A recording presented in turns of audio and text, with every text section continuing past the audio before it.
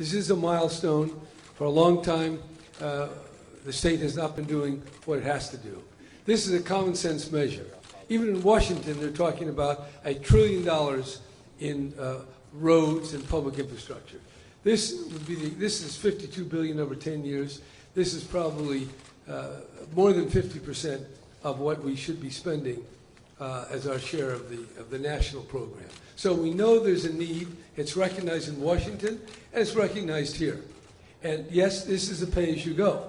That's been the usual way to do it. We could borrow, and some people like to borrow. But that kicks the can down the road. It puts the burden in later generations. This is visible, it's real, and those who benefit, those who pay. And it improves the quality of our life. It's good for the environment. It's good for public transit. This is a good program. It's the best we can figure out. And now there will be some critics that'll say, oh, it costs money. Yes, it costs money. And if the roof in your house is leaking, you better fix it because it gets worse all the time. And this is mostly about fixing what we already have.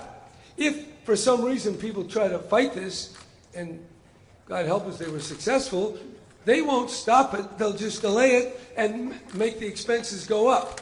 So we all know you got to fix your car or fix the roof or fix, your sink when it breaks down. Otherwise, you get more terrible expenses. So that's what this is all about. It's common sense.